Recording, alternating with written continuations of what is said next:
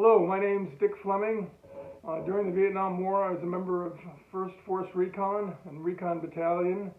And in this channel, I tell my stories of my time in Vietnam, my time in the service. I wrote a book called Chasing Charlie, which is available on Amazon. It tells some of my stories. And I also have a website called firstforcerecon.com, which has some photographs that augment the stories and photographs that other people have sent me, and links to the Recon community in general. So you might want to check out firstforcerecon.com in the URL. So I was getting short, and I was sitting. I just returned to my hutch, and I was when the door opened, and one of the office pogues from the headquarters comes in, and he goes, "Fleming, where were you? I've been looking all over the compound for you for the last 45 minutes." I said, I was right here. I was helping clean out the mess hall as part of work party that I was on. He goes, "Well, your lieutenant wants to see you right away at headquarters." I said, "Okay, you know what it's about?" He goes, "No, I don't have the faintest idea. But you better get your ass in gear and get over there." So I didn't know what it was about either. I put on a clean set of camouflaged utilities that I had. Didn't even have time to wash up or anything, and I went over to the headquarters and went in the door, and that same guy was there. He was sitting behind a desk, and he used the intercom, a telephone that he had, and he said, Fleming's here, sir. We finally found him." Well, it's like I was hiding, or it wasn't like I was hiding or anything. I was right there, but he finally found me. So he waited for a few seconds. He goes, "Okay, sir," and he goes, "They want you to go into the major's office." Oh, shit. What did I do now? I had never been in the major's office before. I had never even spoken to him for any length of time.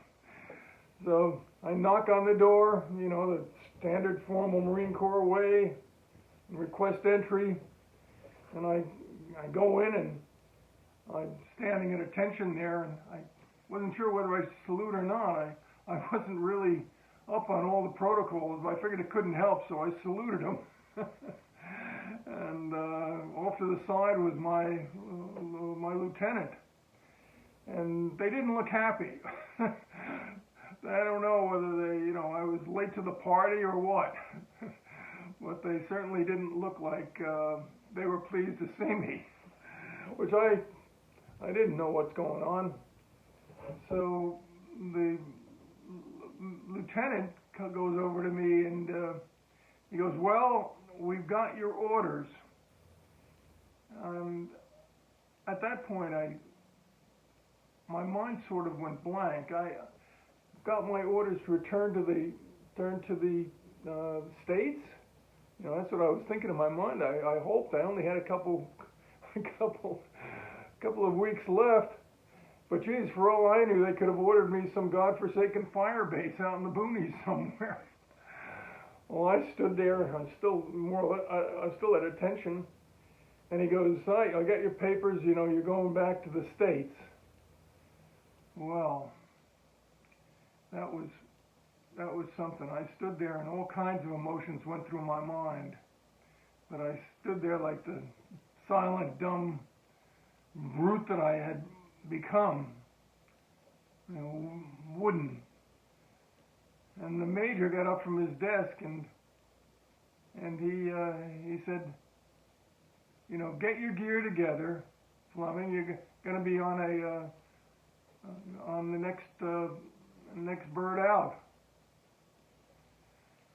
And the lieutenant extended his hand to me, and I shook it. And he pressed something into my palm of my hand, and I'm looking at it, and I didn't know what it was. It was like a strange coin. Here it is.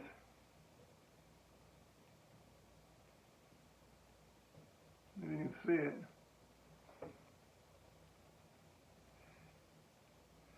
Well, lieutenant sees me looking at it like this, and he's kind of irritated, and he says, "That's a challenge coin." And I said, "A challenge coin, sir? Challenge? I never heard of something like that before." I didn't say that. I said, "A challenge coin?" He goes, "Yeah, this proves that you were in First Force Recon." I thought to myself, I need this piece of metal to prove that I was in First Force Recon? No, I can tell he wasn't pleased with that. I had no idea what it was.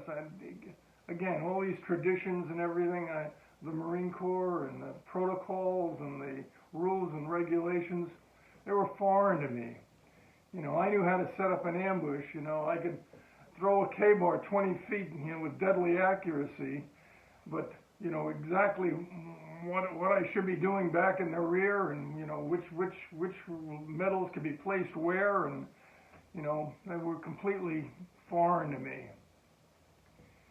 Well, I knew that usually when men got out of the were mustered out, that was the time when they usually got awards or medals, because for a long time in Force Recon they didn't give you any medals until you went out. Not that I was looking for any medals. I was just glad to get out. But it would have been nice if they had said something. I could have said it, I guess. I could have said, "Sir, if I would have said, 'Sir, I'm pleased, very proud to have served under you,' it might have made all the difference. It might have broken the ice. But, as it was, they were kind of looking at me suspiciously. Like I had two heads or something. I was beyond their ken. I just didn't know what to say. In my mind, I wanted to say, I'm really glad to survive. I've got 27 missions under my belt. That's more than anyone else in the company by quite a few missions. Between Recon Battalion and Force Recon, I had been out in the bush 27 times and shot out more. Some missions we were shot out 2 or 3 times. How I survived, I really didn't know. And I would have liked to have said all those things, but I couldn't. I was all filled with emotion, and at the same time, I was a dull, silent brute standing there. I just wanted to go home at that point. And I was probably half crazy, too. Well, they dismissed me, and I turned around, walked out, went back to the hooch, got my sea bag together, and I looked down at my old foot locker there. There were things in there that I wanted to give to my replacement. My K-bar, my blanket, some things, flares, some pencil flares that I had that I had scarfed up along the way.